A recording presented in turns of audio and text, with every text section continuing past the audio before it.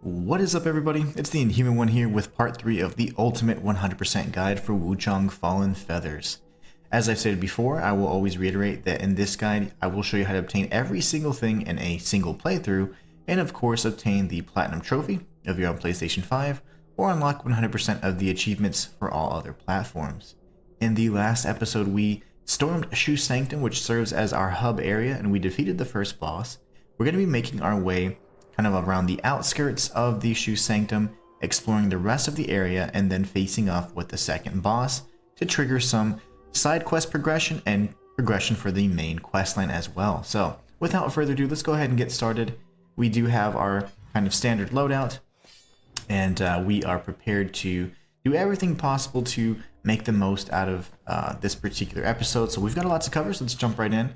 Every time you're about to storm a new area, it's always best to see, if you have any points for upgrading, anything like that. If you're unable to upgrade, then you're good to go. But we do want to make our way towards kind of upgrading our weapons as evenly as possible and ensuring that we're getting the best stats for everything that we're working towards. So right now we're going to go ahead and exit the Shu Sanctum. And we are going to be returning kind of towards the area where we faced off with the red eye enemy that gave us the Ming soldier armor. He was down here. The invisible bridge was down to the right. But we're actually going to be coming to that area through this ladder right here. So we're approaching it from a different angle. This is going to give us a better advantage, and not only that, allow us to more effectively clear out this area. So there's a second ladder we're going to be climbing up. As you can tell, there's going to be an ambush there to the left. You have a little imp there on the rooftop there. But the angle that we're going to be approaching from is actually going to keep us safe. So what we're going to do is we're going to grab this item really quickly. We're going to rush over. On the other side of this roof, we can grab this as well. If we were to go this way, we'd be triggering a mimic jar. But we're going to actually go and visit this area a little bit later via that ladder there. Instead, we're going to come back down, and if possible, I like to wait for a nice plunge attack. So whenever this guy comes back, we can wait and do the plunge attack there. It's actually a pretty easy enemy, and he's way over there right now. So instead, we could just drop down the ladder or whatever. It doesn't truly matter, but since I'm talking so long, it looks like we're going to have a perfect opportunity to do a plunging attack. So any moment now. There he is. He's just taking his time. I don't blame him. What's the rush, right? And we're going to press forward, drop down with the plunging attack, and he's dead. Instead of opening this door, what we're going to do is rush this enemy right here. He's asleep. So the quicker we spam light attacks, the faster he goes down. We can grab this item right here, and then we can open the door. We will be bum rushed by a fake monk here. So just be careful. Dodge out of the way. You can do an R2 if you like. These guys are a little more tanky than your standard enemies, so this will ensure that we finish them. And then we can grab the item that he was vehemently protecting. The Emerald Lotus Seeds, again, are going to be great for protecting us against blight. So instead of going this way, we're actually going to come down here. And if you can see, there'll actually be a dead end we're going to circle around at some point. A little bit later on in the in this particular episode, in fact. But we have the puppy dog over here. Usually it's a 3-hit combo. No worries though. And then we have this guy. So now we know that he'll be dropping down. Not much of an ambush whenever we see it coming, right? We can grab the flying daggers that he was protecting. And as this guy comes around, we can go ahead and take him out too. After he rolls, do your charged R2. And that'll knock him down, then you can finish him off with an attack. He is otherwise going to get some iframes and makes it a little bit more challenging. So if you look to the left here, you can see the invisible bridge. The divination crescent's right there where my head's at. It's like this green and yellow little crest there. We're going to take this ramp up. And what we're going to do from here is, instead of pressing forward, we're actually going to go up this staircase. Now you can kind of rush the staircase. We're going to come back, take this enemy out. And then if he chooses to come, that's fine. If not, we'll just take him out from here. He's a gunner, so he's got a lot less health. Any of the ranged enemies are typically going to have a lot less health. So don't forget to grab this item. Had we pressed forward, we would have been shot in the back and then faced off with this giant enemy. So now we have bullets to watch out for and then a giant enemy that can kill us in about 2 hits. So we don't really want to create those kinds of scenarios. We want to instead find ways to approach them more effectively and get rid of the ambushes and make the fights more fair. So here, if you look right where my head's at, you're going to see a hole in that wall. That jar is the mimic jar. This right here is a shortcut to another kind of courtyard area where there's an elite enemy. And then these are just a bunch of kind of like weakened monks. We're going to be going down here after we clear out the jar area. So remember the jar, you can rush the jar, get a few strikes in, and then watch out. Switch over to your Vorpal Blade. She doesn't like magic too much. Looks like she's going to do a projectile here, but while she's taking her time, we can go on for another strike, circle around, and then finish her off.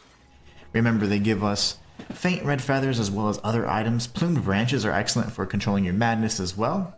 In fact, increasing your madness. And then the faint red feathers are upgrade materials. So now we get the budding red mercury.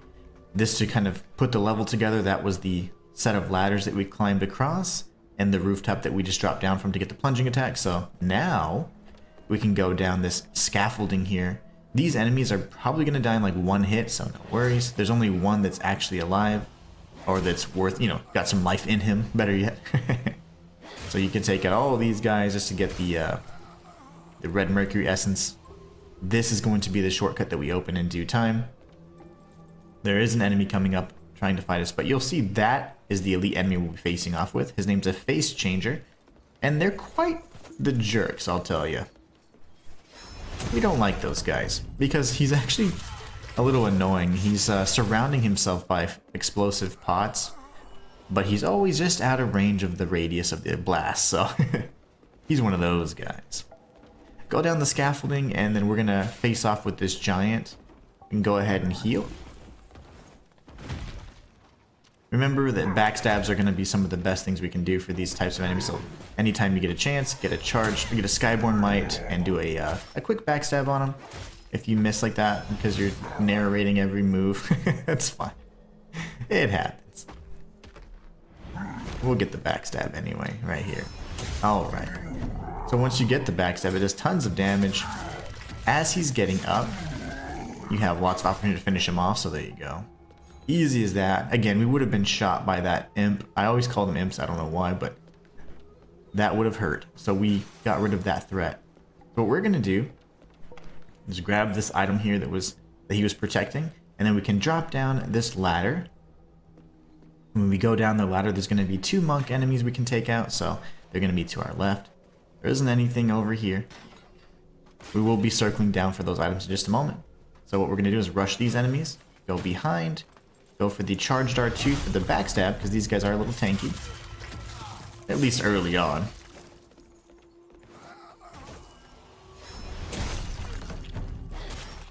And now he's dead, so those 2 enemies are dead. Pick up any loot they may have left for us. And grab this item here that he was protecting. And then we can circle around and grab this item, the growing red mercury. We're going to open up this shortcut. And then we're going to be getting the drop on some enemies here in just a few moments. So you could go down there and press forward, but we're actually going to come this way, towards this little mini ramp here. And we can rush around and take out this enemy here, which would have shot us near these explosive pods. And then we have this guy, which is going to jump at us at some point. Then we'll take him out with 2 strikes as well. We can grab the item he was protecting, and guess what? We're right back at the invisible bridge and the ramp that we went up to clear out the area earlier. So now that we've done that, we're going to circle around this little patio area. Turn around as soon as you pass that. Kill this enemy before he realizes that he should never have tried to ambush us. And then there's going to be another enemy here. 2 strikes through the wall will take care of him so that he doesn't jump on you and initiate a grab attack. And we can grab our steamed money buns. Now, what you want to do is if you have magic, you can go ahead and trigger this or aggro this enemy from here, or you could even throw knives. You don't want to rush him, even though, you know, you might see his back, because we do have an ambush that is going to be coming out from this door here. So dodge, get behind him, do the backstab. And don't dodge too early. Instead, dodge whenever he's coming down. That's going to be the best part. You don't want to dodge any earlier than that. Alright, so this is a long stretch, so getting hurt here is unfortunate, but it's fine. We do have some fixed origin pills we can get there. Those are going to give us kind of overall boost of resistances, so not bad to have. We're going to pick up the unequilibrium blades. These are the first set of dual blades we're going to be picking up and getting, adding to our collection. There's nothing here but death, so don't drop down there. We have this enemy here, so as they approach, we can go ahead and do a charged R2. If it's too short, that's okay. Just go in for some quick strikes, circle around to the back. We're gonna go up these steps, kill this puppy dog, kill this fake monk, and grab the item right here that was right in front of him. If you were to go up these steps, that's simply the way to the shortcut that we just unlocked. When we unlocked this door, we went down this path here, and now we've cleared everything out. And now we're going to go down these steps, and it'll actually lead us directly to the next area, which is the bamboo courtyard. This is going to open up a quest line for us that's specific to this region, so we want to make sure we clear it out. We can get a unique item, a consumable that's pretty much one of a kind, so we'll be getting that. Circle around him, take him out with our 2 hits, and then if you go left, there's another enemy at the well. Take him out. And then we can come back here, aggro these guys, take them out really quickly with a handful of light attacks and our weapon ability, and then we can chat with the first NPC in the courtyard here. We're now in the bamboo courtyard, by the way. It's a kind of a sub area of the Shu Sanctum kind of village, if you will. So essentially she's just complaining that people keep knocking. She mentions Tao Ching. And then we have steamed bunny bun ×3. So in the event that we run out of mana flasks, we can always equip some steamed bunny buns and then get some additional heals. So it's a heal over time. So yeah, as you can see, it does a pretty decent amount of heal, and it also saves you from, maxing out on all your vases. Your mana vases are precious at this point. You only have a handful, but much later we're going to have so many that we'll probably never need any other type of heal. As he's getting his weapons out, we can go for the backstab, finish him off. And then we're going to go ahead and grab this item here.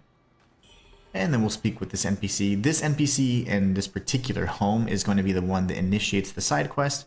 Many people will miss the fact that you can actually give her 2 side quest items. That in turn gives you the reward that you would get. Otherwise, you don't get a reward. So make sure that you go ahead and knock and agree to help. So agree to help her.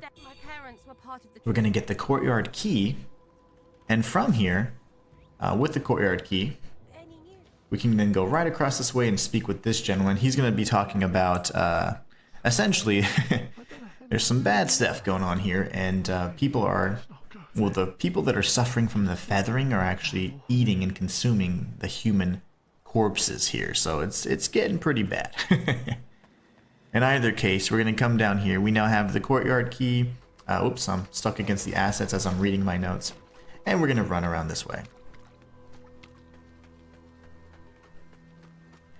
Okay, so we're going to go this way. Grab this item right here.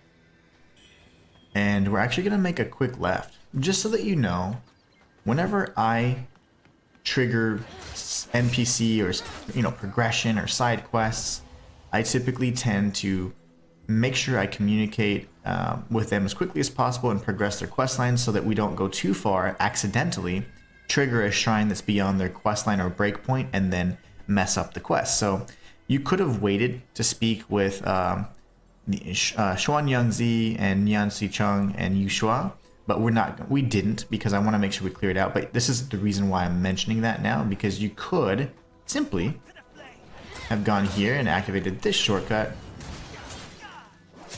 So this shortcut right here is actually a shortcut to the Reverent Temple. If you recall, in the first episode I did state that there were actually a handful of different pathways that led back to the Reverent Temple. So if you look, remember, this is the big set of doors. That's another shortcut we'll be opening in due time. And then the other side of this tree is the big staircase. We can go all the way up, And at this point, if you wanted to, you could have spoken with all of the NPCs I listed off earlier. But again, it's never necessary to wait that long, and then if anything, you do want to knock out those conversations so you don't accidentally trigger something that's going to break them. So make sure you pick up this little red mercury chute near the Buddha statue, and then we can rush in here and take out these enemies. Once you take out these two imps, we can open up this chest, and we're going to get the Boo Blocking Clash Benediction. So clashing is a mechanic that is similar to similar to a deflection, but instead of a full parry and a 100% damage mitigation, when you clash with certain weapons, which would be pretty much any weapon, just as long as you're slashing, most weapons on the skill tree will have a means to clash. So like maybe the third hit of the combo with an axe or what have you. Dual blades clash quite a bit and use that mechanic extensively. But in either case, it's going to enhance your damage when you initiate a clash. A clash does not mitigate the damage 100%, but it reduces it significantly. And while you're clashing, you can continue your attack so you don't get interrupted. And that's essentially giving you what they call tenacity. Tenacity in this game is poise. So, alright, so just for fun, I'm going to go ahead and make a quick left over here. There is a pathway we're going to press forward to, but right now we're going to go ahead and take on this little crying dude over here. Get the charged R2 as he's getting up. Punish with the obliteration. And then as he's getting up here, we want to go ahead and do our L1 and finish him off. And that's that enemy. We're going to go ahead and open up this chest. And this will give us Skyborn Discipline. Alright. So now what we're going to do is go this way. So there's a few ways to take out this other enemy. Honestly, we can just aggro them, or we can throw knives. It's really up to you. So I like to throw the knives at him. He never knows what hit him. So 3 knives will take him out, and then we can get the puppy dogs to come fight us. If you're afraid of them, just circle around here and they kind of get stuck against the rock. You can then use an attack to reach through the rocks here and then make quick work of them. So really nice, really easy, no issue, right? Now we're going to be heading up this set of stairs right here. And we can read this lore. Essentially, they just realize that there's all kinds of... they need to band together, all kinds of chaos, kind of ensuing in the area. And they need to band together so they can get rid of all this evil. We hear a cuckoo. So we're going to take out the cuckoo from afar. And we're going to rush up this area here. We've got 2 enemies behind this tree, so we want to rush them quickly.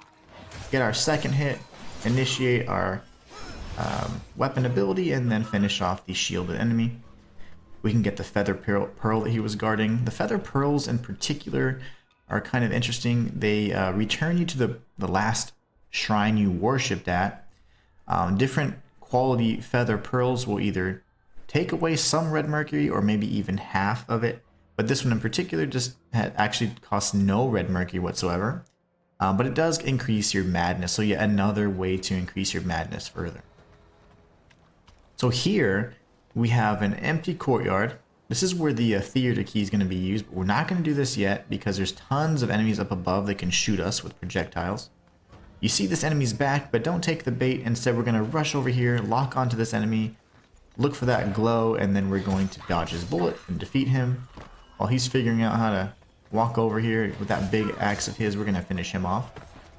We'll meet him halfway. How's that? And we can pick up the lantern fruit he was guarding.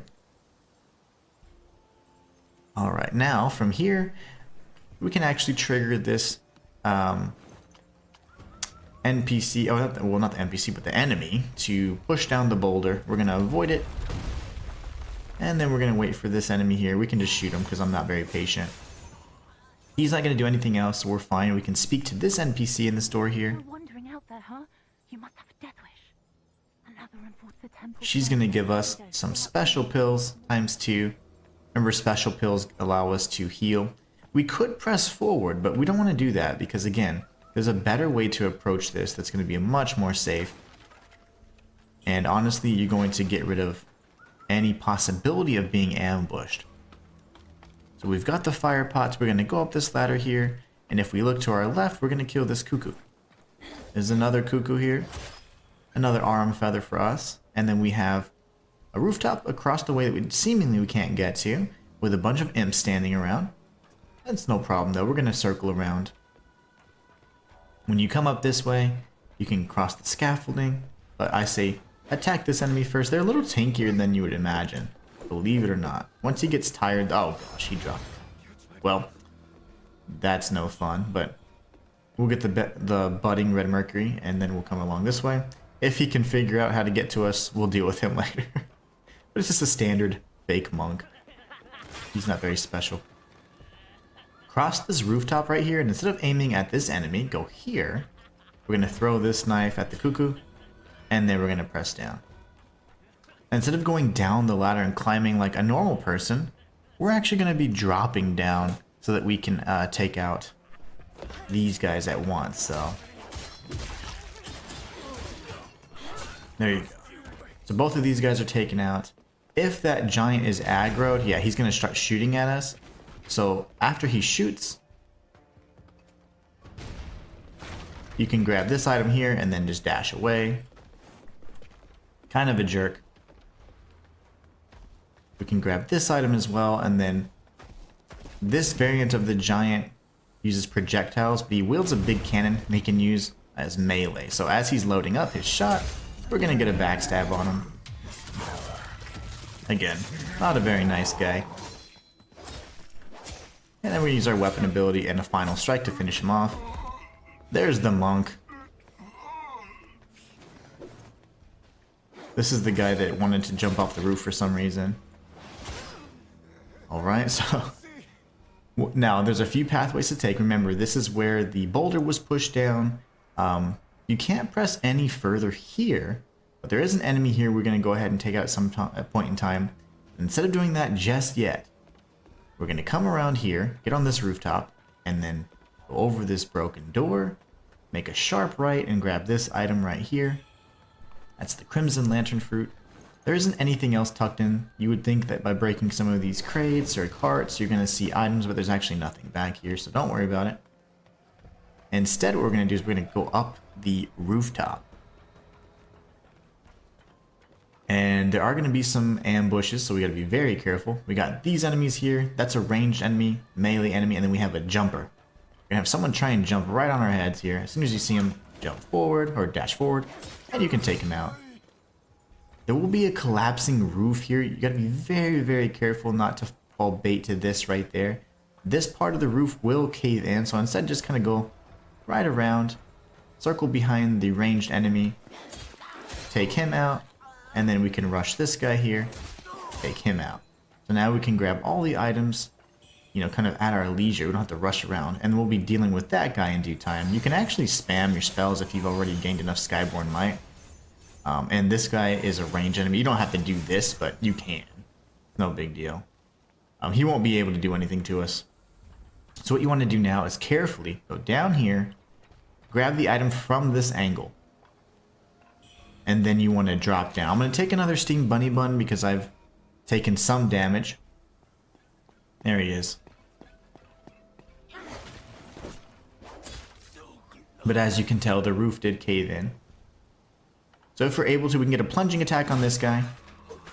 This enemy is going to rush us. We can circle around him and defeat him with 2 simple light strikes. We're going to pick up the items they were guarding, and then we're going to make our way over here.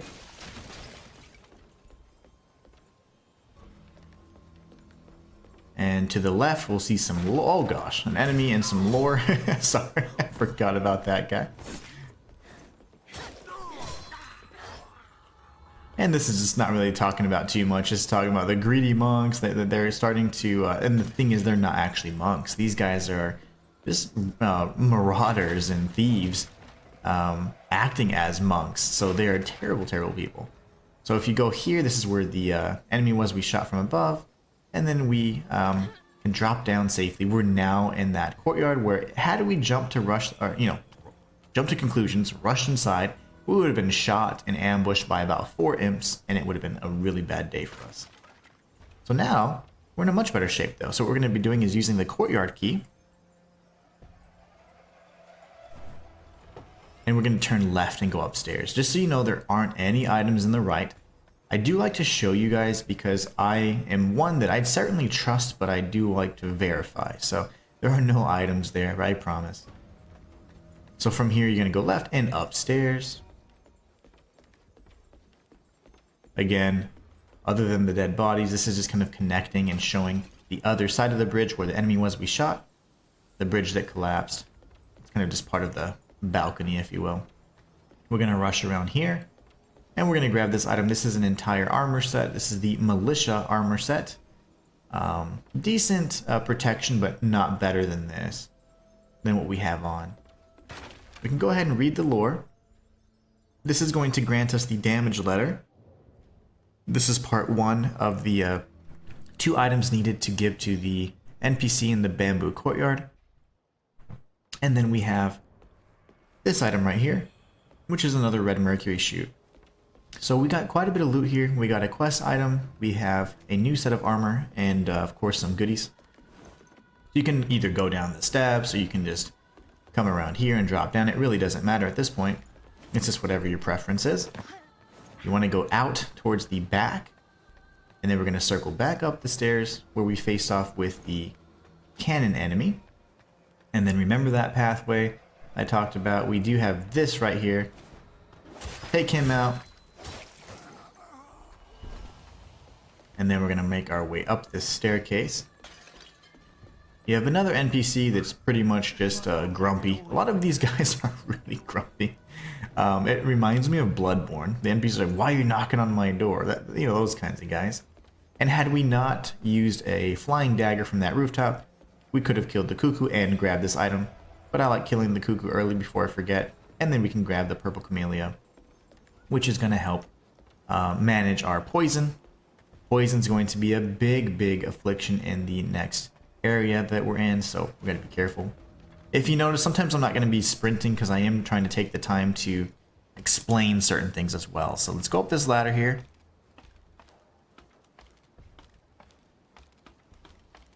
And we have a few enemies we can take out. A well-placed fire pot typically does the trick, but you don't really need to do that unless you absolutely want to. You can just rush those enemies and stagger them as needed. There's going to be another handful of enemies in Cuckoo, so what we're going to do is rush over here, take out this monk. Always keep an ear out for the Cuckoo. We've got that enemy taken care of now, and then up above we hear the Cuckoo. Take him out. One of many. At this point I think I've found about 100 exactly, so. Alright, so now what we can do is you could technically turn this way, or you can go down here and open up a shortcut. There is another option that you could do, and you could also take this enemy out with fire pots from above. So we are going to take that risk and actually equip the fire bombs. And we're going to, you know, see if we can make it happen. So sometimes you can get a nice explosion, sometimes you can't. So it kind of is what it is. But we're going to go ahead and initiate this strike here. We're going to go ahead and top off our heals. And we'll throw our first fire pot at this enemy. And you just want to keep spamming. As he gets closer to the pots, that's going to be an excellent opportunity for us to deal maximum amount of damage with the explosive pots. And let's see. There you go, that's not bad. There it is. So now we get a dough figure of Yang Zhangbao, and we got a spell called the Infernal Flames. So that is excellent. What we want to do now is we can showcase those spells, really good spells by the way. One of my favorite spells for just building up fire damage. So what we're going to do is show you what that looks like. It's the Infernal Flames right here. We will be using this pretty extensively in the next episode. But what we're going to do first is we're going to not go down the ladder. We're going to circle right here, rush this enemy. And we can grab this item right here. Purple Camellia, and then it looks like our friend delivered a red mercury sprout for fun. Now we can go this way. These roofs don't fall in, I promise. Go straight towards this item, and then you do want to drop down this hole in the roof. Now that we're here, we can go and grab this item, which is another benediction. It's called Plunging Force. So any of your plunging attacks, which are, you know, when you drop off the surface and press R1, those now do even more damage. We can come out this area here.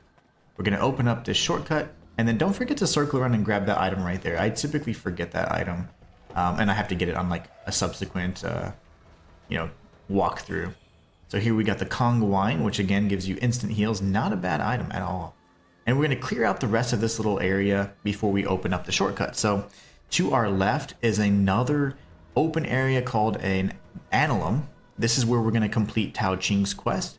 We can go up here and press forward for the next boss and shortcut, or we can kind of open up the more immediate area here. So we'll be doing all the things. So first, let's go ahead and grab some fire pots to replenish the ones we used. You can purchase essentially an infinite amount of them, so there's nothing to be concerned about. We're going to grab the special pill. This staircase leads to the other side, you know, the same area this staircase will lead to, so you're not missing out on anything. And then we're going to circle around. These enemies are actually bad, but they don't attack, so you can kill them in one hit, just get the XP, or the red mercury. We're going to open up this shortcut. On the other side of this, as I explained early in this episode, we of course have the monks that just die in one hit. And then we can go ahead and grab this item right here. More purple camellia, and trust me, you might be like, gosh, that's all I'm getting. You're going to be quite happy that you have sufficient amounts of that. So now that we've cleared out the courtyard, we can head this way, which is going to be leading towards Annulum. Annulum is going to take us to the painting and the quest item that Tao Ching has requested that we retrieve. So we're going to go down this pathway here, and we're going to cross this massive bridge. Trust me, there's no Dark Souls 2 tomfoolery here. You're not going to be attacked or anything. You can just safely cross. It's when you get to the other side that's not so safe. So we can go ahead and grab this item right here, which is directly in front of us. Get the soft rush flowers. And then we're going to take this guy out here, this little puppy dog. Pretty evil. It happens. Surprisingly, there isn't an item behind the tombs, or the tombstones. That's something that I'm always like expecting at this point. But no, we see plenty of that a little bit later. Can break these barrels right here and grab another item. We got the red mercury shoot, and then we're going to activate the Annulum Shrine. We're going to be introduced to another mechanic here, and I'll explain it in depth as soon as we actually see the prompt for it. Any minute, right? So, alright, so invocation or invoking hasn't been unlocked just yet, but it will be very soon. So what we're going to do is see if we can do some leveling here. We've got plenty of red mercury essence, so we can get 3 points out of that. It's fantastic. So really good stuff there. We can further increase our, oh, not yet. We don't have 6 feathers yet, but we can further increase our health here, our longevity. We can go for some stats going all the way here. Or I'd like to see if we can increase our Skyborn Might a little bit. So we're going to go this way. Get some more health, unlock this skill tree. And if you go up from this skill tree, this is good because if you get Skyborn Might, you're automatically going to get some increased stamina regen. But here, you can start unlocking different types of stone needles. These are going to range from like Poise Break to Lightning to Frost, etc. So you can get a stone needle for essentially any type of damage here. And then aside from that, you can also go down this way to get the remaining ones like Leech and other things for just really fun variations in your build types. But anyways, I am trying to get the max number of Skyborn Might, so I say we press forward, and then 2 more points we can get even more Skyborn Might, which is going to be fantastic. And then we'll have some points freed up so we can go this way and then further enhance our weapons. And we got to give our axe a little bit of love too, so we'll be working on that here in due time. Let's go ahead and enter the dream. Entering the dream here is just going to allow us to replenish our mana vases and then just prepare for whatever's up ahead. There's not really much to deal with here. We do have one elite enemy, but nothing too crazy. So, all right. I'm going to go ahead and remove these, replace them with the flying daggers. And I did want to mention that we did get this item in particular from the face changer enemy.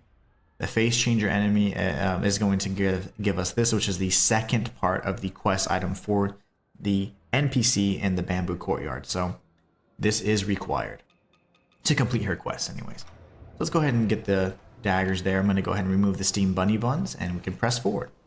So let's go up the steps. We'll take out this guy once he figures out his life. Remember, dashing is fine. You can also parry if you wanted to, but we're going to go this way first and circle around, essentially. I have a really funny thing to show you in just a moment, so just you wait. Go behind the tree and take out that enemy. Don't press too far forward because we are surrounded by explosive jars. That enemy is a ranged guy, so he would shoot and cause an explosion. So we're going to get the drop on him instead. Instead of getting that item, we're going to go straight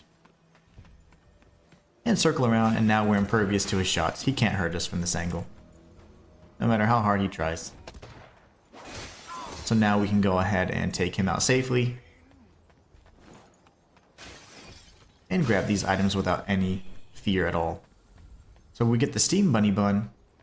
We go inside this little area here, attack this enemy and ambush him. So as you can see, because of our knowledge of the area, we're able to get the drop on enemies versus the other way around. So it's a really nice feeling. We have this guy here. Go ahead and take him out. We're going to grab all the goodies they have here. Breaking the pots and vases and crates in this game is just so incredibly satisfying. I love it. Absolutely love it. Go left from exiting that little, this part of the temple, if you will. And then we're going to cross this bridge. And here we're going to have a pretty difficult encounter, actually. So here we're going to face off with a unique enemy called an inner demon. This would be the same type of manifestation that we have to fight against if we die with full madness. So we get a taste of what that looks like. Go ahead and temper your weapon. Switch over to your mana vases and get ready to face off with this enemy. She's going to appear right in here. I like to rush her as best I can. But if she starts off crazy like that, I'm not going to mess with it. I'm not going to press it. Wait for certain combos. Like this combo in particular, she'll spam repeatedly, so then we can go ahead and go punish. She can also parry though, by the way. If she ever kind of steps back like that, she's pretty much telling you, hey, I'm gonna do it. I'm lunging here. I'm gonna telegraph my attack for you. And that's good for us. We like that.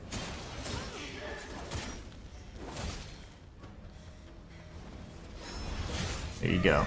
So every time you defeat an inner demon, you get bow blood, and then you also get a new type of stone needle. The inner demons, as I stated, are enemies that can, if you defeat them, reduce your madness from max to 0. They also, of course, are good for like the lore purposes. You kind of understand what's happening, and then they give you bow blood, which is another type of kind of like another variant to the flask that's going to help you increase your madness and manage it accordingly. And then they give you the stone needles that we just talked about. The stone needles in particular are pretty neat because they can be slotted with any one of your other stone needles here. And for example, if I use this one, my agility attribute would be increased whenever I temper my weapon. So another good thing to have there. But in either case, we're going to go ahead and open up this chest. We're going to get the Pickshoe Pendant. The Pickshoe Pendant is one that allows you to lose less red mercury when you die. So it's really not bad. I prefer having that than anything that's going to give me defense if I'm just one shot already, right? So you can then get the full grown red mercury. To my knowledge, it's not even to my knowledge. There is nothing and no way to get through here. I'm assuming that might be DLC, but who knows? I would love nothing more than to have DLC and even more opportunity to play this game. Give me more excuses, please. I love this game. By far one of the best Soulslikes I've ever played. Alright, so what we want to do before anything is take a look at this guy having a hell of a time. This is the twerking guy. Look at that. He's having an absolute blast. So why would we interrupt that fun, right? Instead, we're going to go in here. We're going to grab this item. We're going to avoid this ambush behind this doorway here. We can certainly kill those guys, right? They're not dancing. They're not having fun. They're trying to ruin our fun. They can get the health pill. You could throw a firebomb that takes everybody out, but that's just not the way I'd want to go if I was dancing that hard. Show the guy some respect, you know? Because I forgot how to play the game, I'm just going to go ahead and finish him off like that. Golden items dropped from enemies typically indicate their equipment, so you can pick up their equipment, or you can get it from Wukong as long as you provide him the correct item, so you never miss out on anything. We're going to come over here on this part of the bridge, and we can go to this little resting area and pick up this item. We get some soft rush flowers. This is pretty much an enhanced version of the soft rush grass, or that we get. So here we have the flowers. These greatly boost stamina recovery speed, whereas the soft rush just boosts it. Not greatly, but it does boost it. So now what we can do is we can circle around behind this part of the temple. A lot of red pots here, but believe it or not, nothing that can throw any explosive. No troll items here. It's good. No trolls here. We're going to get the growing red mercury, and then we're going to come around this way. Before we circle back around towards the exit, we do want to go this way. And we're going to cross over, defeat this enemy. And then we're going to circle around this big boy here. Dash, get a backstab as he's getting up. He is a red eye variant, so he's much more tanky than your average Joe. Dodge through, dodge through, dodge through. Get the backstab if we can, and then we'll finish him off. So after we defeat him, because he's a red eye enemy, we get red mercury essence, which is essentially 1 point for leveling. We get scenic painting, which is a quest item for Tao Ching, and we get the faint red feather. So now we have a sufficient amount of red feathers to upgrade our weapon, or we can wait until we have 6 to upgrade our longsword. If we use 2 faint red feathers, we can upgrade our axe at least +1, but the axe is quite devastating alone, so it doesn't need much help. Much later on, we will be revisiting this area, but not yet. Not yet. Let's go ahead and pick up the fixed origin pill. We have everything we need now in Adullam, and we're going to press forward. Let me make sure. I thought... Yeah, that's it. I thought there was another item that I might have missed, but the items are actually on this side. So cross back over the bridge, and then we're going to make a left here.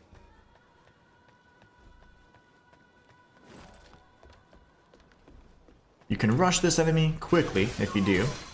And then typically that guy, he'll shoot. Oh, it didn't happen this time. He'll shoot and accidentally miss and hit the barrel in front of him and explode, but we didn't get so lucky that time.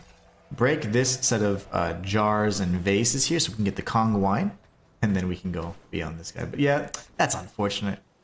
That typically works, and it's really funny. It scared me so bad because like, oh my gosh, an explosion, but it was like, oh, that wasn't so bad. We can go ahead, and now that we've cleared out Adullam, we have the ability to invoke. So when you invoke, essentially what that means is you are accessing a inventory or a shop, if you will, at your shrine. The currency that you use is your own sanity. So if you want to purchase something, like say for example, we're like, you know what? I think I need a little bit more health, and these Raven pills are just fantastic. So what you could do is you could say, I'm going to buy this, and then if you look at the top right hand side of the screen, it says 11 out of 111. That means I have 11 madness out of the possible 111 full madness. As you level, that bottom, or that right number is going to further increase, so your cap of madness increases. But you could just use, however much you want.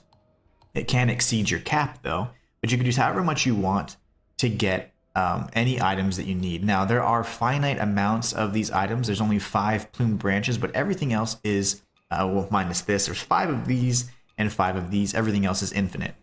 So you can use this shop not only to manage your madness and trigger it for free, but you can also use it if you're short on some items, you need some help, and it's really, really neat because this is in one other way to improve your not only your chances of having the right items, but madness in and of itself has a great buff because it allows you to deal more damage at the same time at the cost of receiving a little bit more damage. So a really interesting concept. Absolutely love the madness mechanic, and to me it goes and ties perfectly with Wuchang. Her very namesake means impermanence, or kind of like instability, constant change, and her mental state, because of the feathering, is constantly fluctuating like that. So I think it's just a beautiful way to illustrate that through a game mechanic. So love that. All right, so let's go ahead and tag these. We now have even more Skyborn might. So now if we look at our character, we're going to see we have tons more Skyborn might, which is really, really good. We're also going to go ahead and go to Enter the Dream so we can replenish our heals, and then we're going to make our way back. We can't forget that we have a whole nother area to explore, and we need to close out the quest line. So we are going to be doing that as well for the individual and the courtyard, because we have both of the required items. So we're going to sprint down here. And we're going to take out the puppy dog again, if I can remember how to lock on. And we can go down this path. We're essentially just retracing our path. We're leaving Anilum, and we're returning to the courtyard where the face changer was. So let's cross over this big bridge here. Another quality of life thing that I absolutely love about this game is that when you're not in combat, you're not using any stamina. So you can sprint, pretty much to your heart's content. It's just little things like that that just make games like this that much higher on my list, because they obviously understand, what the gamers are looking for, what they want, what they need. And quality of life changes are just massive for me. So this is the face changer area where we faced off with them. If we make a sharp left, we'll hear this guy kind of saying, I need medicine. Well, there's one dose. You can call me in the morning. And then we'll give every single one of them a similar dosage. This is essentially saying, hey, medicine's running low. My bad. Be back later. We're going to come this way now. Make sure you have your Vorpal Blade equipped. Open this door, rush through, actually. And then you're going to lock onto the Bamboozler as quickly as you can. And you're going to fire off your shot. Now as you move forward, Jar Vase will populate. We're going to back away though, to be safe. We have these little imps to our right as well. He's running into a wall, so I love that. That helps us out drastically. Take out the Mimic Jar Demon. Take out these guys as well. And then we're safe. So a little bit of a hectic situation there, but you want to get that Bamboozler. If you miss the Bamboozler, you just have to go back to a shrine and enter the dream, and that resets everything and you can get a second shot at it. But it is something that I don't like to do, because you then have to face off with all the enemies just to get a Bamboozler, and then you're usually putting yourself in harm's way. So from the door we just opened, make a sharp left. Go inside here. We're going to take out these enemies.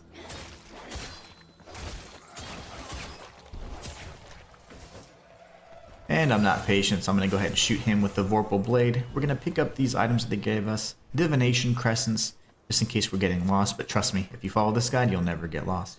This door does not open, believe it or not. So what we're going to be doing instead is we're going to be rushing here, taking out this puppy dog, waiting for the enemy to come out of the door. There he is. As he comes out of his roll, do the charged R2, rush him, and then finish him off. And then we can grab this item. It's not, necessary to go all the way back here, but I do want to show you something in just a moment. So if you go straight down this staircase, this is the other side of the staircase where the face changer was. So remember I said how they connect? I'm just trying to show you guys the level design here. But what we want to do next is we want to go in here. We're going to be circling around and getting one of the best weapons in the game, in my opinion. So let's go up this ladder. We're going to go right up here. If you ever don't know which side to climb up, it's always the side with the candle. So you can't climb up the ladder here, but you can climb up the ladder here. So it's just a little a minor thing, a detail that I honestly like. Sometimes it's hard to remember. If you're just trying to rush through, you'll forget pretty easily. So when you're up the ladder, make a right and go towards these items first. We have another red-eye enemy to deal with. He's not very difficult at all, but you know, if you just want to have some fun with it, we can go ahead and top off our health and temper our weapon. The red-eyed enemy is just over there, off in the distance. What we want to do is get his attention. He'll come to us. Make sure you have your mana vases equipped, and his moveset doesn't change at all. He's just a little bit more tanky. So wait for him to initiate. If he's not tired, that's fine. Usually he tires himself out, but no big deal. He's got the fire affliction now, so he's probably gonna die. So we're good to go. We get the faint red feather because he's a red-eye enemy, and red mercury essence. If you don't get a faint red feather, it's because they give you something else that's unique. So for example, if they didn't give you a faint red feather there, the red-eye giant gave us the painting, for example, right? The red-eyed Ming soldier gave us his armor. So here we picked up the Empyrean Great Axe. You immediately want to switch from your halberd to your Empyrean Great Axe.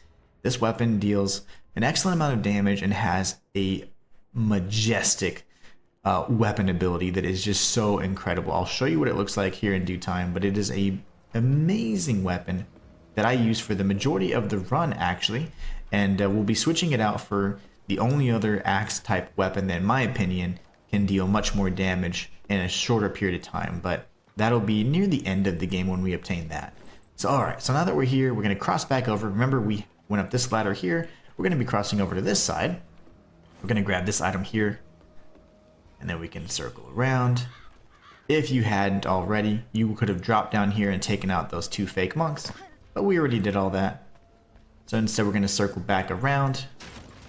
We're going to come this way towards this other house, make a left, grab this item, read the lore for the lore mongers out there,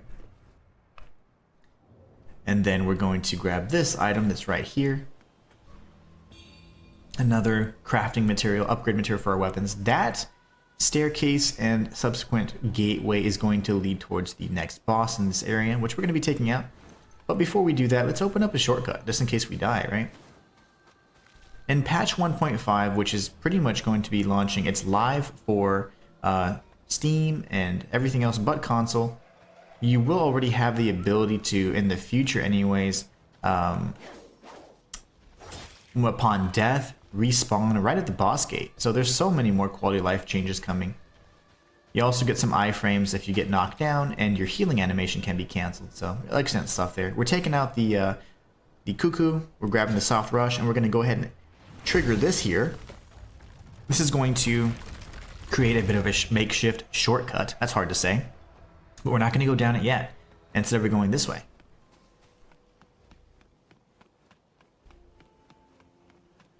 And we're going to come down here. If you remember, this is where we would have been ambushed, but instead we crossed over this upper path here and killed everything in the way. We're going to grab this item right here, another faint red feather for upgrading our weapons. And then what we can do, if we were in trouble, we could certainly go right back here. This is going to take us to Shu Sanctum. And then we can go downstairs if we wanted, so that we can tag the shrine and have an excellent respawn point in the event that we die, or if we ended up needing to return back to the boss area for another attempt. But hopefully that's not going to happen this go around, right? Alright, so now that we have our temperance replenished and all that, we can go back upstairs. We're going to take the tree shortcut that we just opened, and we're going to head up this main path. There's some more goodies here. I know that I just showed you where the boss was, but we're not going to go to that just yet. The boss is just immediately to the left. We're going to be going up this longer pathway here. We have plenty of cuckoos to defeat, and other enemies as well. A bunch of goodies we can grab. And then we'd miss them if we just went straight to the boss. So there are tons of optional areas in the game. In fact, Chapter 2 and Chapter 5 as a whole can be completely skipped in this game. So you don't even have to play through Chapter 2, and you don't have to play through Chapter 5. Obviously, by skipping those, however, you will be missing out on a lot of content, breaking quest lines, and of course not obtaining everything possible in the game. But it's just something that I really thought was neat. You can actually skip a big chunk of the game, just depending on how you approach it. So we want to get the backstab on this enemy as soon as we can. As he gets up, we can use our weapon ability, take him out. And we're going to make our way down here. If you notice, Leenzee has now moved to this area, which is kind of odd. But we're going to speak with him really quickly. And he's letting us know that the pathway to Doom Willow Beach is blocked. Maybe there's a hidden passage below a Shoe Sanctum. Shoe Sanctum is kind of our hub area, right? And so he's kind of indicating that there might be a passage down there to our next destination. So we're trying to get to Doom Willow Beach. He's going to give us some more Purple Camellia, so very nice of him. And we can grab this item right here. The Niter Fire Pot is a different type of fire pot. It deals different, it deals more status damage essentially than actual fire damage, but it can build up that fire really quickly. It's really nice. We're going to use it to great effect here before long. We're going to grab the Feather Pearl and then show you that this gate is locked. This is going to lead to the Tang Palace. It's T-A-N-G. I know a lot of us are going to say Tang, especially if we're from Texas like I am, but it's the Tang Palace. So we're going to be coming up here now. This is where we just talked with Leenzee. We're coming over here to kind of close out some of these remaining areas. And to the right is a really mean dog. He already sees us. To the left is absolutely nothing. But we can aggro the dog over here so that it's just a 1v1. He usually has a 3-hit combo, but you can hit him in between that second and third attack. So what you could do is you could go down that way, but honestly I like coming down here instead so we can grab this item that's super easy to forget. They're easy to miss, honestly.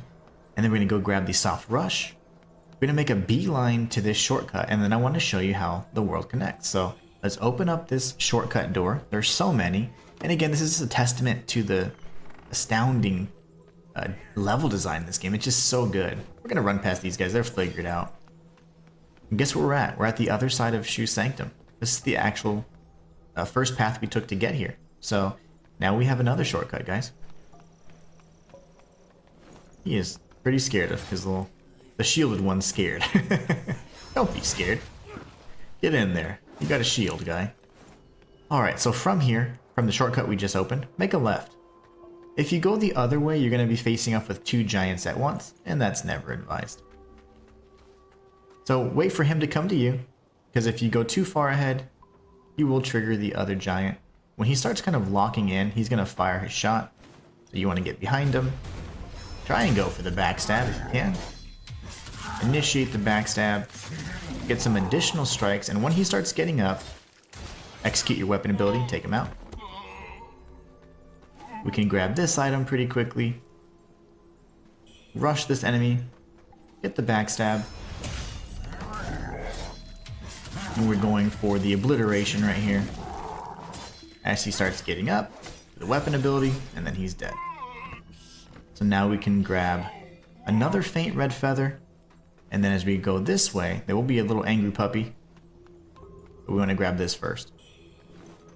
This is the second angry puppy that would have attacked us had we gone too far and aggroed them both. So we're now back at the main staircase. So now what we can do is we can go back down and straight towards the shortcut that we opened. And we're going to make a left here at the stairs. There's going to be a stronger feathered enemy here, so just take him out quickly. Backstabs work wonders. He's real tanky. And we want to grab this item here, open up this shortcut. In the previous episode, I did indicate that this was going to be opened up later. This is the pathway to the panda. So if you just continue down this staircase and make a left, you'll be in the panda cave. If you recall, we grabbed a raven pill from this little basket up ahead, so... It's all coming together now, guys. The levels are coming together. The level design is fantastic in this game, and I absolutely love it. So now we can come over here. We're just circling around the house here. Gonna grab this item. Just a freebie. There aren't any trolls or anything here trying to get us. And then here, we have a whole area of trolls. So what we're gonna do is we're going to safely, and I emphasize safely, go around here. Just so that you know, I always thought there'd be something here, but there's not. Don't worry, there's plenty of items down here. Don't go up this ramp just yet. Instead, go inside this door. And there will be some loot right here. Now be careful, don't just press forward blindly. There's tons of imps here. And there's even new variants of red-skinned imps that are much more tanky and much more violent. And they have a lot of different variety in their strikes. What we're going to do is we're going to aggro as many as we can by coming from afar, okay? Now, one thing that I want to mention and make very clear is that I thought the game was then going to start reskinning all the enemies and being kind of lame about it, but it's really not. You don't ever really see anything like that, any reskins or anything, so it's actually really nice and surprising. So we're going to circle around here. We have another enemy around there, but I don't want to get caught. So we're going to circle around. Some of these enemies are going to be quite near death.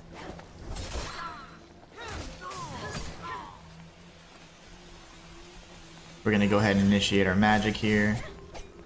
We'll do some more magic here.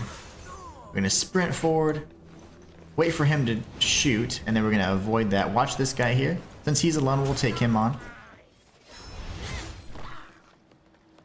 We do want to single him out if we can.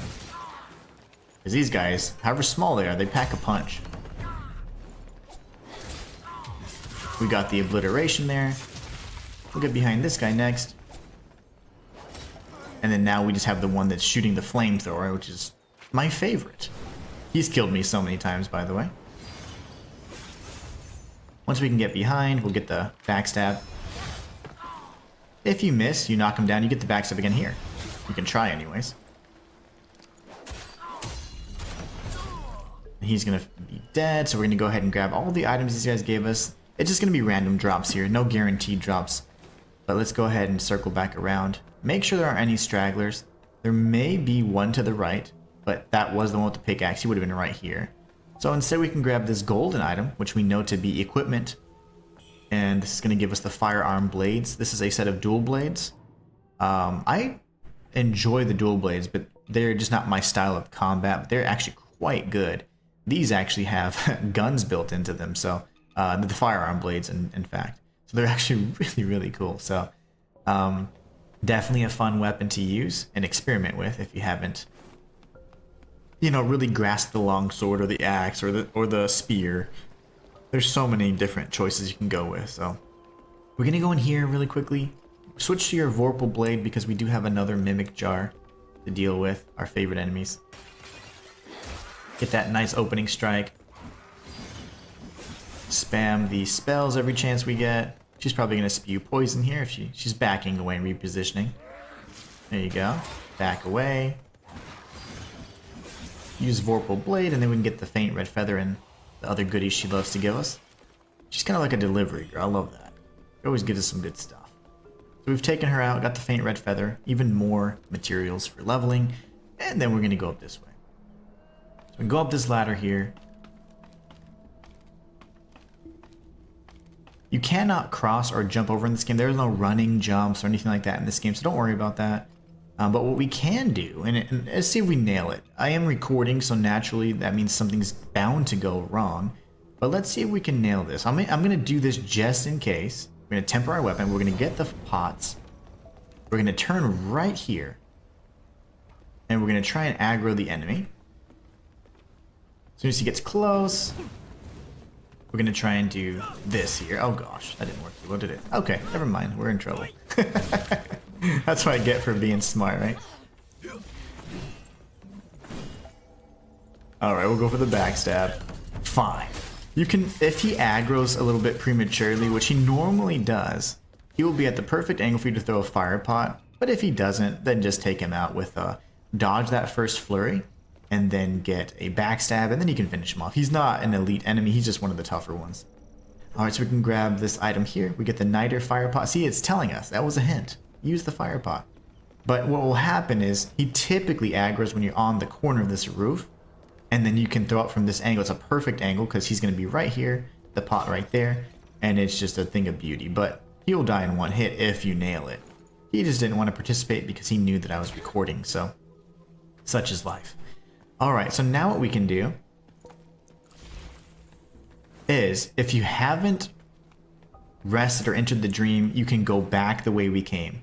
If you entered the dream, take the tree shortcut on the second floor, because if not, the giant that was wielding the cannon will actually hit us with a boulder, and you cannot iframe it. As far as I know, I've been hit by it probably 20 times. I've tried, and I can never get the iframes on it, so I don't think you can iframe that. So anyways, we're going to come back here, retrace our steps, and we're going to go this way. We're going to finish this path here. Remember, we came from there. That's where the tree shortcut would lead us to. That's the scaffolding that leads us to the Tang Palace and also the back of the Shu Sanctum area. We're going to go this way, take out some more cuckoos along the way. There's tons of cuckoos here, actually. And then we have a shield. Oh, actually, no, not yet. We have just a standard enemy here on the cliff. He's a little tanky, though. He's a tanky boy. We'll take him out nonetheless. We'll get this item here on the cliff. Grab the feather pearl, and then just keep an ear out for cuckoos. There's tons of them here.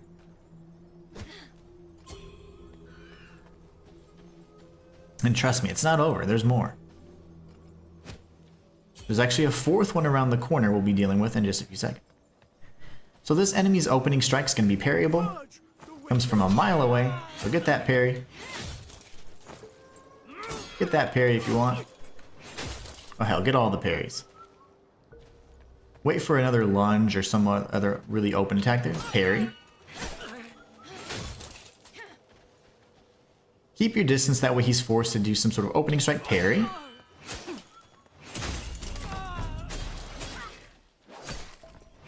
I missed that opportunity up. I could have just backstabbed him and been done with it, but I'm greedy.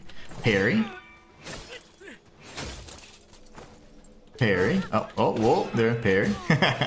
And then we get a brilliant red feather and red mercury essence.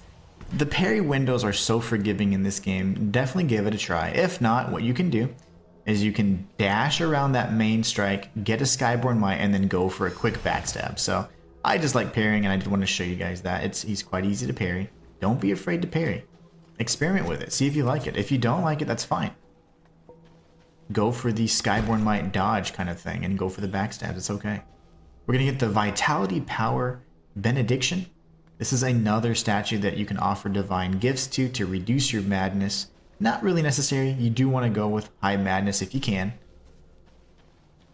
We're going to circle around here. This is another gesture puzzle. It says gaze or look to the horizon to reunite with faces of the past. And what we're going to do is we're going to activate the gesture menu, and then we look for gaze. When we initiate gaze, we're going to hear some dialogue from Bai Yu, which is our sister, and the one we're looking for, in fact. And we're going to get some unique healing items here. Candied Haws. She calls them Hawthorns here, but we get the Candied Haws item once we finish this here. So there you go. We got a unique healing item. We've killed 4 cuckoos along the way. And then we're kind of just looking around this area. But yeah, this is an area that we will actually circle back around to and visit in due time.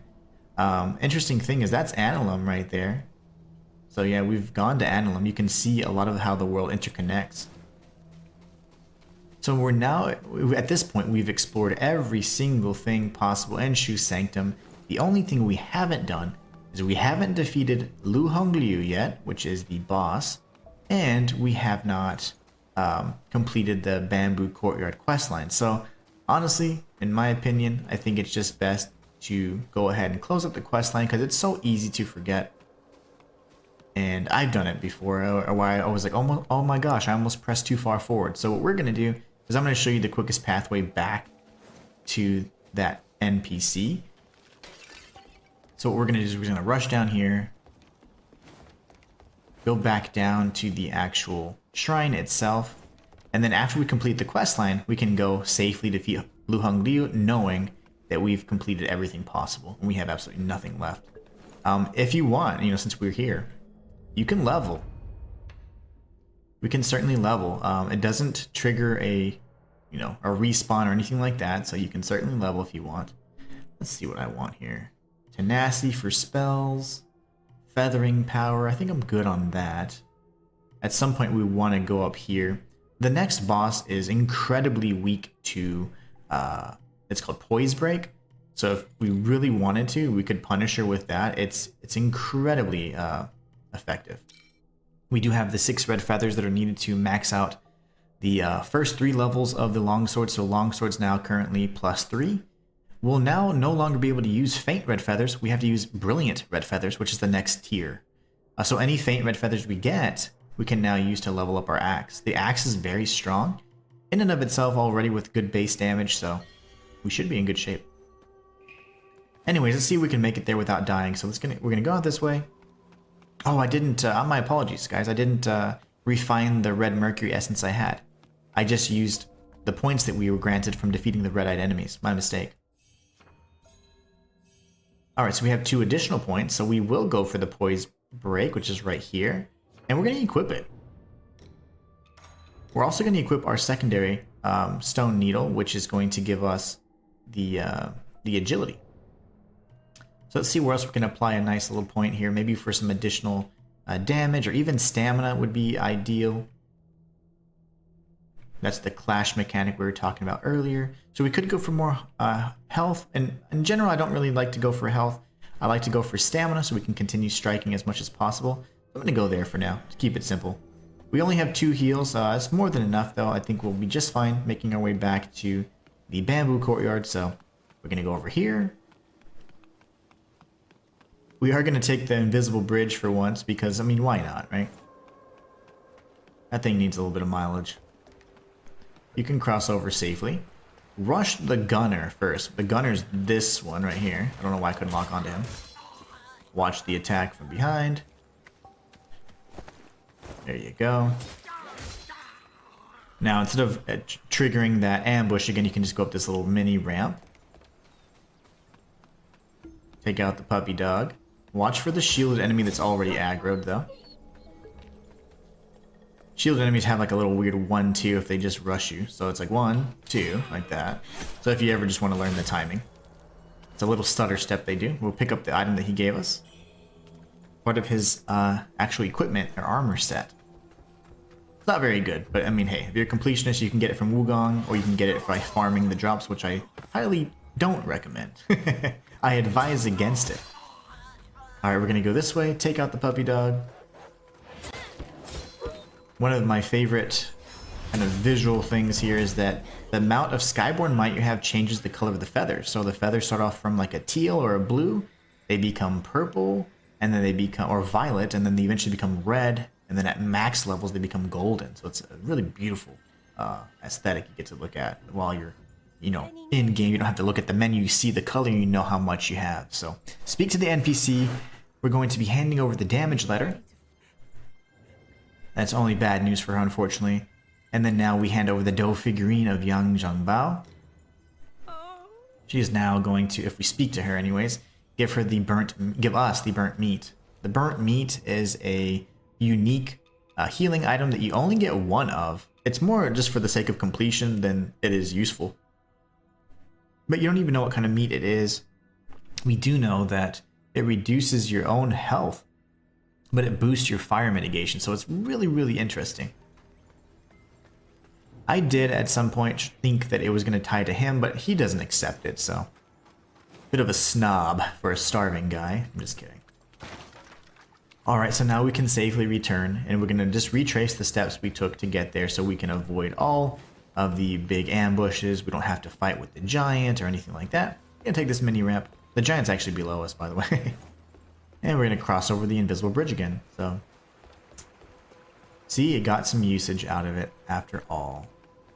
So now we can go back to Shu Sanctum. We are going to enter the dream this time. And we're going to go face off with Lu Hongliu. This is the second boss of the area. She's more of like a beastly type enemy in the sense that she's large and she's like... I mean, she's not really bipedal. She could be, but she crawls around on 4 legs instead. So, interesting enemy. A larger enemy, and one that we're going to kind of get accustomed to fighting. I'm going to show you guys the best way to deal with her. Remember, at this point, and before any boss fight really, you want to make sure you take a look at your stats, make sure you're happy with your skill tree, where the points are invested into, and then just kind of go from there. So here we have a handful of different spells. We have the Vorpal Blade, which is kind of our go-to for just quick strikes. Echo of Tutanga is good for if we're trying to do some punishing abilities here. And then we have our Temper, and this for pretty much killing Cuckoo. So we're in good shape. We're going to go ahead and press forward. What we want to do is have our Temperance ready, and we're going to come up this way. This is the quickest path to Lu Hongliu. She is tied to several quest lines that we're going to be closing out in this area as well. One very critical decision has to be made, as well as another for a second NPC. So I'll show you both of those decisions, and we can progress their quest lines so we can get 100% of everything in a single playthrough.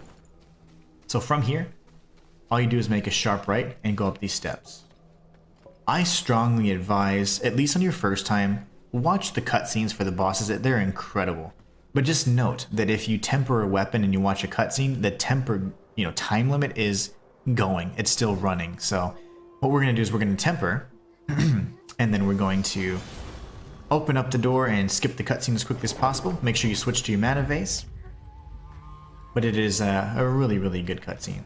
So for her, we want to stay in, kind of like standard dragon fighting position, which is going to be behind her, kind of like angled towards her hips or her butt. So then we're going to stay right here. That's the grab attempt there. So she, as well as all other bosses, they telegraph quite fairly. She's quite weak to Poise Break, as I said. That is a projectile attack, but everything she does, you just want to pretty much dash to her hindquarters. Like, if you can get to her hip, you're in a good spot there. It's a lot like fighting the Bloodstarved Beast. Sadly, she's in a really bad spot for me because she is not allowing me to get behind her because she's not in the center of the map, so that kind of sucks. Here, she's going to switch to phase 2. You want to get behind her if you can. When she roars, you can mash circle. That's going to allow us to go ahead and regain control of Wuchang. We can use Dutanga there if we want to get a little bit of extra damage. And then she's going to move her head up.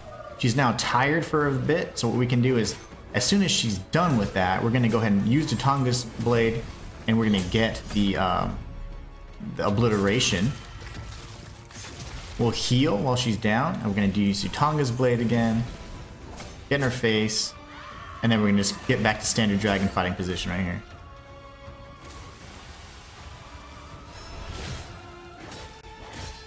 And now we've defeated Lu Hongliu.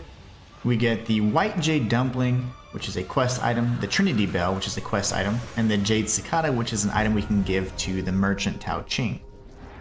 We also are going to receive the Echo of Lu Hongliu, which is a spell that's actually really good against humanoid enemies. It's going to stagger them and keep them at bay, so it can interrupt any of their attacks if they're just pressing a little bit too aggressively.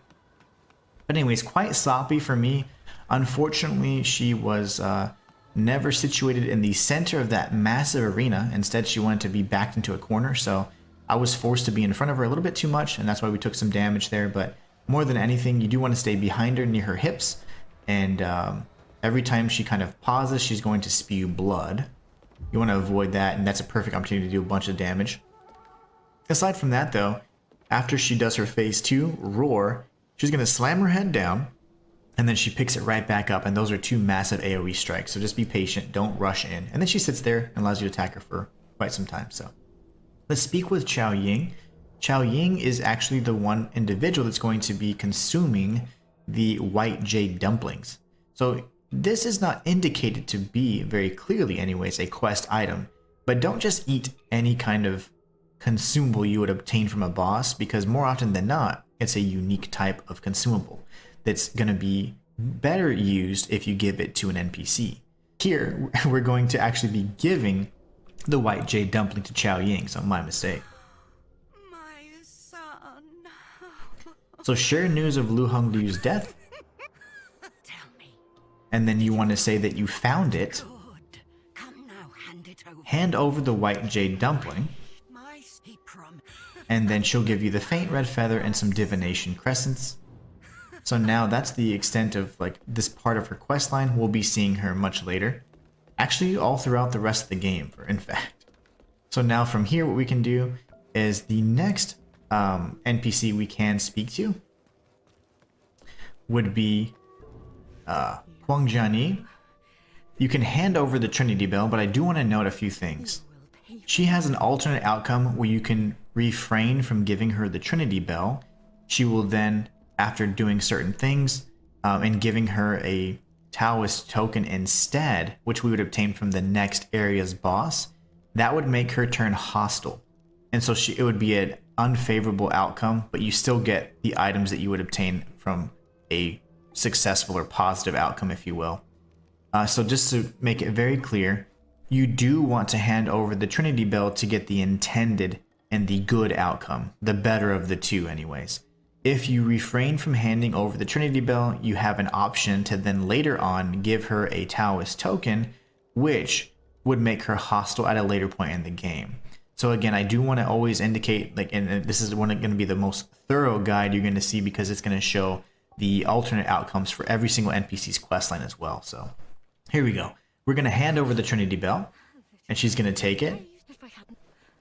So initially, she's not going to give us anything here, right? But what we can do, so we can ensure we don't forget, is we can actually enter the dream, and that will progress her questline just a little bit further.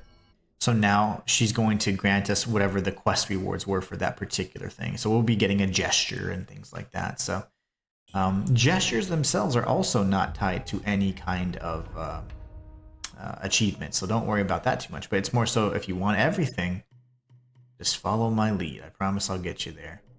All right, so we're going to see if we can maybe get some more of this stuff. Can I upgrade that? I sure can. And we're going to go for some stamina.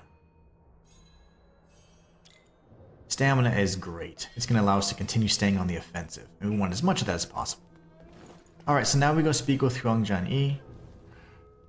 She's now going to thank us for defeating Lu Hongliu.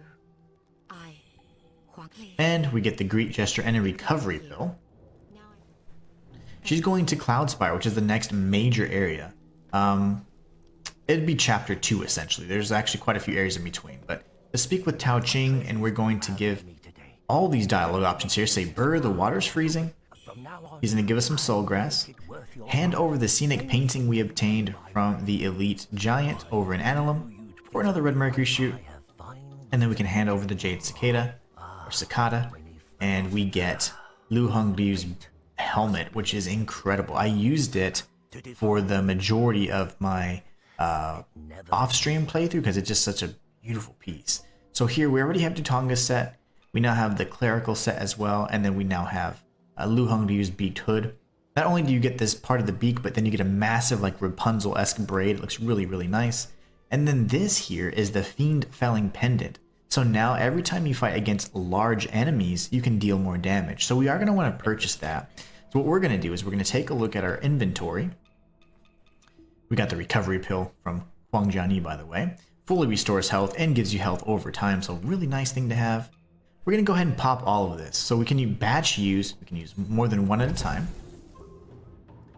We're going to use all of our red mercury essence. There's really no point in saving it. And I don't need to hoard it. I know I'm a big hoarder when it comes to those things, but not necessary for this go around. So this will allow us to purchase everything that we want, and also we'll have the opportunity to use the rest for leveling purposes. Leveling will always be your priority, but there are certain items that I strongly suggest you get, especially if you're following along. So what we're going to do is we're going to come in here and we're going to buy this pendant right here, and then we're going to buy the full set for the cleric set anyways. This has a really high corruption resistance, and it's going to be incredibly useful for us in the next area where poison's going to be our biggest threat. We can speak with Wukong if, say for example, you're short on some fire pots because you've been using so many, or in the next area if you're short with the purple camellia because you've been spamming it because you're getting poisoned all the time, you can use that. We are going to use this here. We're going to purchase this and this, so we're going to use the Tridisciplinary Force. Essentially, the discipline skills that you unlock from the skill tree, every time you learn a new one, that's just added to your kind of knowledge or your discipline bank. And if you have and know at least 3 discipline skills, your damage can increase even further. There's different and higher tiers and variations to this benediction that would pretty much increase your damage dealt if you know 3 discipline skills, then 6, then 9, etc. Right? So this here's really nice because it increases stamina recovery during your Skyborn Might, so we're gonna buy that too. And now that we have just about everything that I'm content with having, we can go ahead and go into our shrine. We're gonna refine the rest of the red mercury here, which gives us 2 more points. And let's see if there's anything that we really want to focus on. I like stamina. I'd really like to get a big stamina node here, or an endurance node here, but let's see, we might be able to get one. Yeah, I'm looking for, there was one that has a +5, but we don't really see that yet, and that's fine, not a big deal. That's strength and strength there, so we'll go for more stamina. There you go. Some of these nodes here, you can level up multiple times, and that's precisely what we're going to be doing. So now we go to our benedictions. We want to make sure these are always maxed out. Always make sure that your weapons have all 3 benedictions. So let's see, reducing damage for a time. I'm not really a big fan of defense, so we want to focus primarily on offense. So the clashes, again, we're not really clashing much with a longsword. You can, but we're not going to be doing that. Alright, so increasing damage of 3 skills, no, that's not bad at all. We like that one. Or it increases damage out at full health. So let's go with this for now. We're going to go with, even though we take a little bit more damage, we're going to deal more damage at full health. We get stamina recovery if we have Skyborn Might. And then we're going to increase the potency of our counter moves because we are using the parry quite a bit. So now from this other weapon, we could use the blocks and clashes because that is going to be quite useful for that particular weapon. Or we could use the 3 discipline skills so we can increase even more damage to make up for the fact that it's not fully upgraded yet. We don't have a second memory benediction, so that's fine. And we can go for number 3, see what else we can use here. Plunging attacks are going to be really important. So we can do that. The plunging attack is actually the weapon ability for this particular weapon, so it's going to work out really nicely. So now what we can do is we are going to enter the dream. We're going to teleport and see if there's anything else we need to do or anybody else we need to speak with, so we can make sure we get all the rewards possible from every single NPC. And then we're going to be making our way towards the next area, which is the Mercury Workshop. So always take a look and see if you have anyone to speak with. Nobody at Reverent Temple, so we're good to go. And that, my friends, is going to bring this episode to a close. We are going to be exploring the Mercury Workshop next. I hope you guys enjoyed it. If you did find anything of value, if you enjoyed the guide, please be sure to like and subscribe. As a full-time content creator, it goes a long way every time you're able to kind of show that this is something that's valuable to you, because it makes me encouraged to continue making more content for you like this, and I know that I'm doing the right thing. So really super excited to continue this journey along with you. Thank you guys so much for being the best part of my channel, and until next time, it's the Inhuman one signing out.